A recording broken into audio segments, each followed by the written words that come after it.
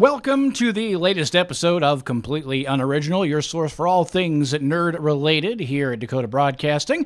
Kurt Campbell with you as always, as is Adam St. Paul, and Tony Zer with us too. Hi, guys. How's it going? Doing good. It's another week, and we got all kinds of stuff to talk about. Absolutely. I can't wait to talk about this stuff.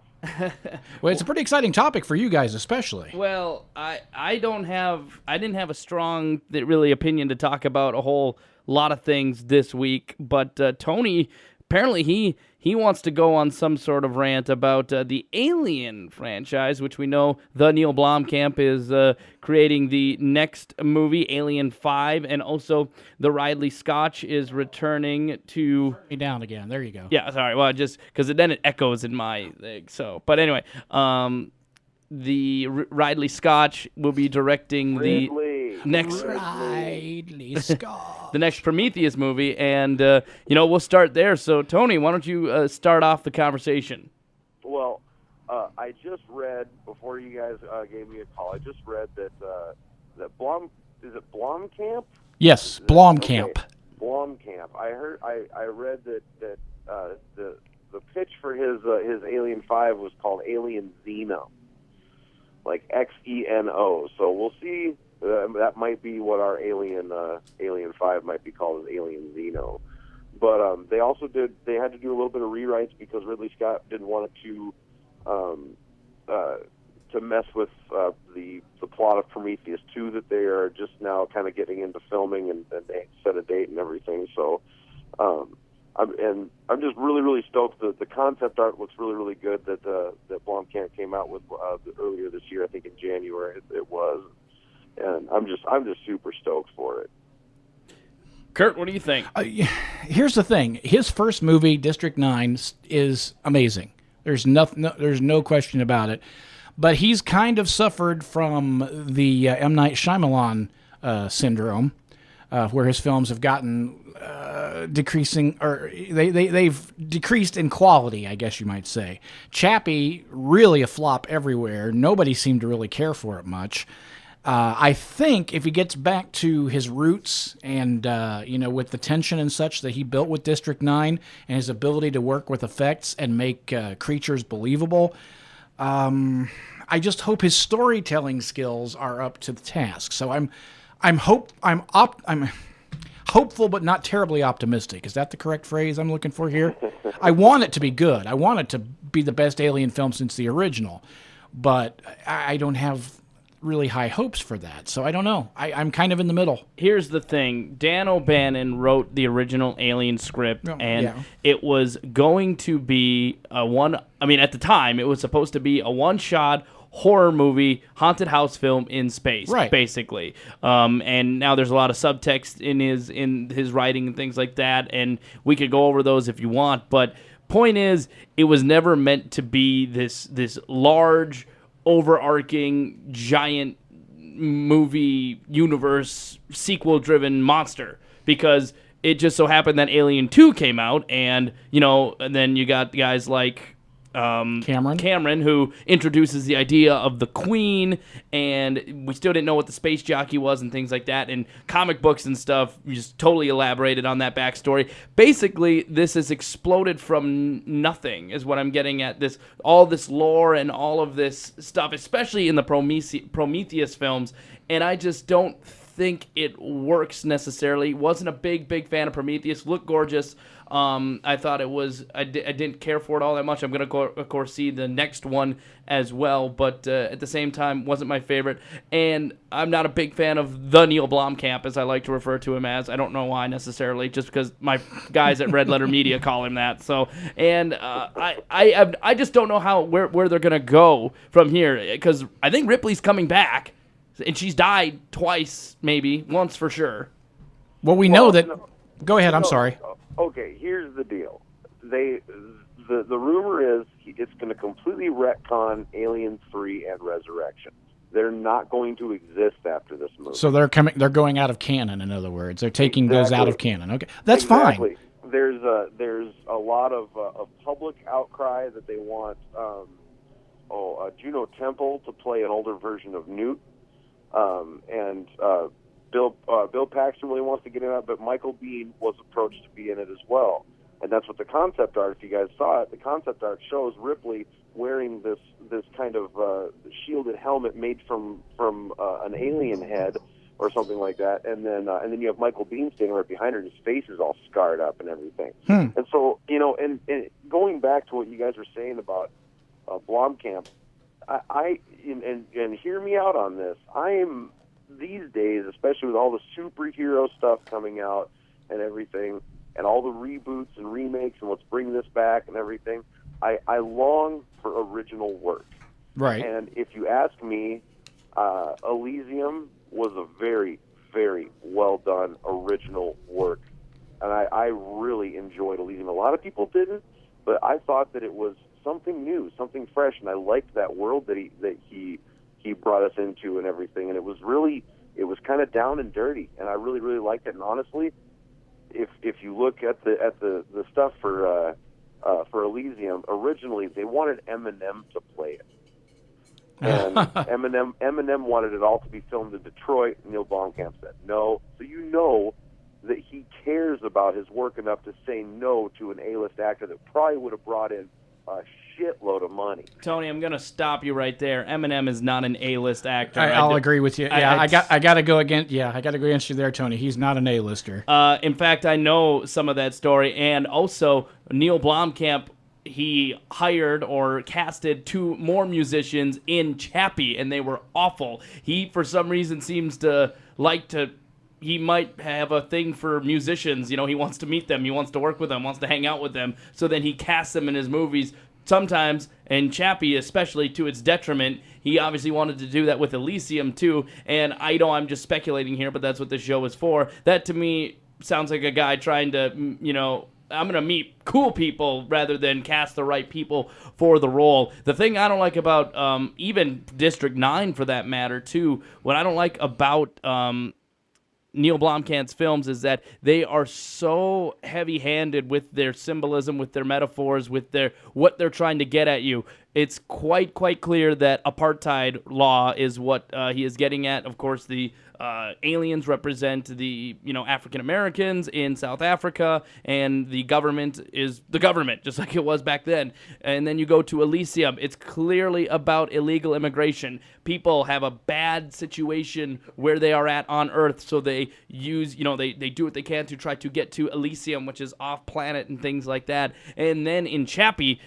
that movie is so convoluted and gets so muddled that it's just I did not care for it at all. Well, here's the thing. I understand what you're saying there, Adam, but those films don't have to be taken with subtext. The first 2 especially.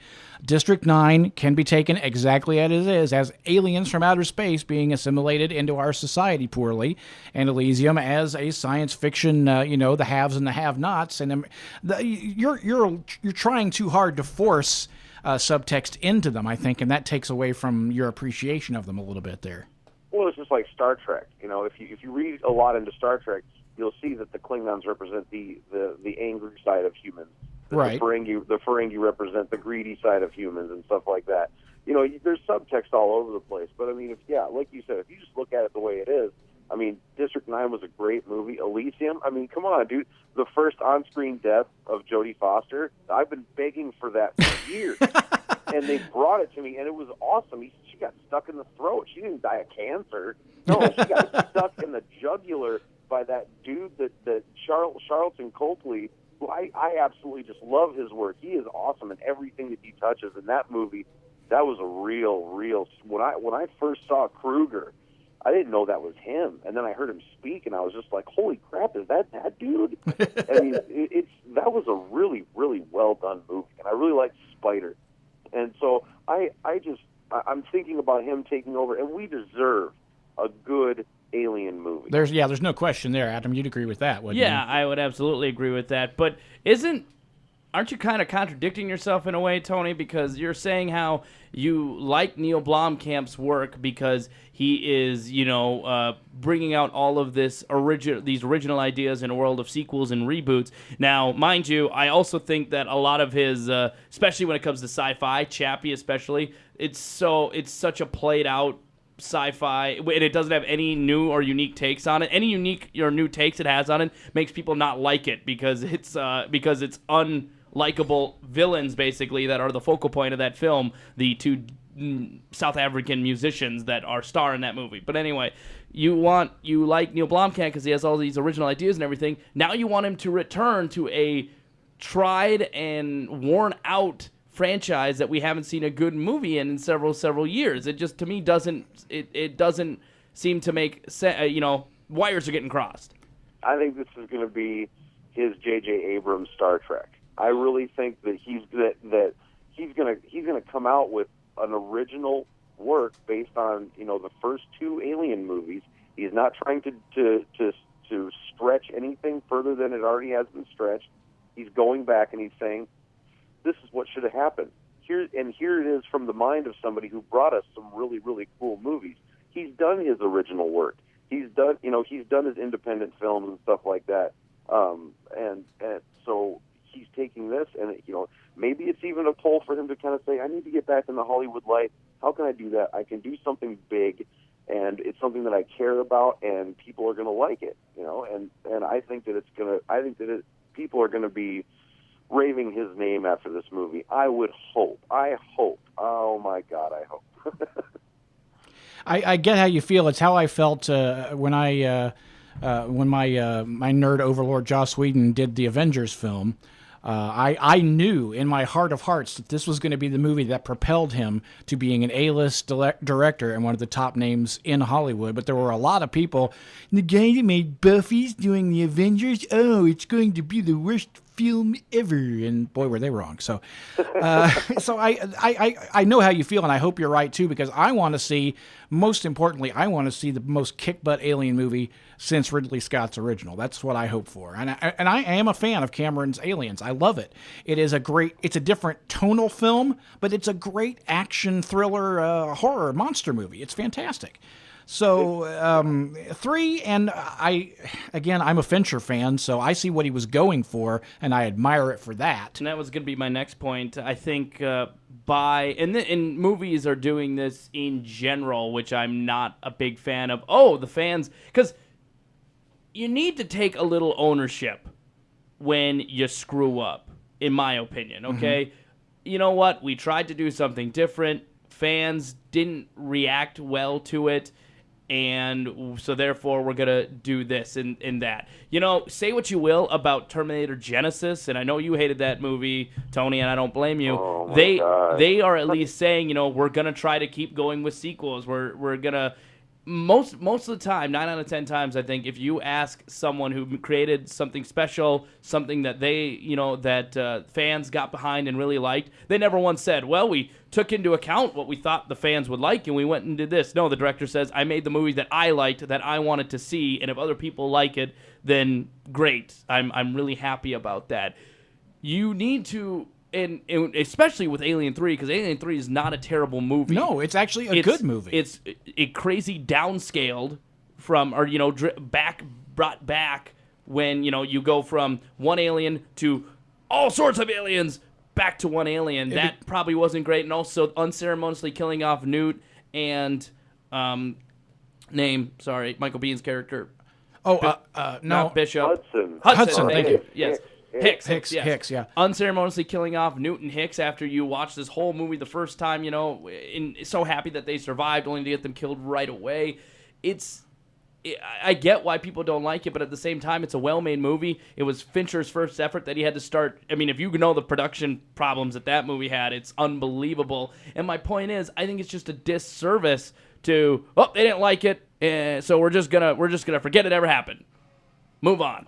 Well, sometimes that's not true at all. If people don't like something, wouldn't you be the first to say they should have done what they originally were going to do? You can't and just say drop that this junk that came in between. That you can't say that they were originally going to do that. I mean, no, that's not what I mean. James Cameron said, and you're gonna love this, Tony. I don't know if you knew this or not. James Cameron said that Terminator Genesis was supposed to be Terminator 3. Like he's like that is my Terminator 3. You know what I mean? I think that's hype. I think still, he said it. But I think that's hype. I don't think he even believes that. James Cameron has lost his crap. To be fair, he's too busy developing technology to make Avatar 2. I don't care. I'm making Avatar. That's the thing. Is James? If James Cameron was coming back and getting back to his raw days and everything like that, then everybody would be praising this. You guys, and you especially, Adam, you'd be like, "Oh my gosh, this is going to be amazing because James Cameron is coming back." But James Cameron has just turned into like, I'm going to spend 17 years down with the Titanic hanging out with her. Then I'm going to come back. I'm going to make a movie called Avatar that's basically a live action Fern Gully. Yep. And all it is, and I don't get it, man. Everybody's like, when that movie came out, I'm like, oh my gosh, the animation. Oh my gosh, the animation. And I went to the movie theater. I sat down and I watched that movie, and I said to myself, I'm like, maybe everybody in here got some mushrooms before they came in, because I don't get it. I don't get why this is so amazing. I got swept up in it right away, bought it on DVD, watched it again, and it's awful now. I've not seen it, and I have no desire to see it. It was an experience in the theater because I got it. I saw it in 3D and all that jazz, but yeah, it's certainly not a great movie. No, but you talk about, I would love it if Cameron returned to the Alien franchise. I guess I would. I don't promise you that, because I'll tell you what, Ridley Scott returned to the Alien franchise, and we got Prometheus, which looked sort of great. Returned to the Alien franchise. Well, see, but that's the whole problem, though, is that he wasn't willing to go full on this. It's like, no, it's got to be like a quasi prequel. It's got to be in the universe, but have nothing to do with what everyone loved about the first one. See, the only thing about Prometheus that I thought at the end of it, besides the fact that, oh my gosh, I cannot believe that this chick cannot take a right turn. But at the end of it, all I could think of was, I couldn't think in the scale of good or bad. All I could think of was, well, I need to see the next one. That's all I could think of was, well, it was cool. I can't wait to see the next one just to see where the story goes. It's kind of like Ender's Game. That wasn't a bad movie, and at the end of it, you're just kind of like, okay, well, let's see where this goes, and maybe it'll be awesome, But yeah, so I mean, Prometheus 2, supposedly, they're going to the alien planet or the engineer's planet and everything, and it's supposed to be called like Paradise or something like that. But I'm interested to see where that all goes, and I'm interested to see where it fits in with the alien movies, especially considering the fact that they make considerations for each other when writing both scripts, Prometheus 2 and Alien Xeno is what I'm going to call it. Does Scott have a producer credit on the next Alien movie?